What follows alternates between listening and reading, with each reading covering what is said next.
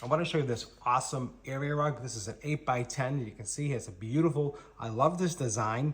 It's an awesome looking rug, as you can see in my living room here. You can see it looks fantastic. It gets hardwood floor, tile, whatever you have on it, and I love the pile on it. Let's take a look at it together.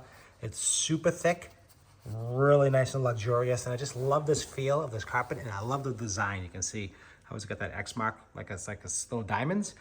Very, very cool. It looks fantastic, and the pile is just so thick and is made so well. You can see how it's all bound here, so it's important to no fraying. It's all bound together nicely.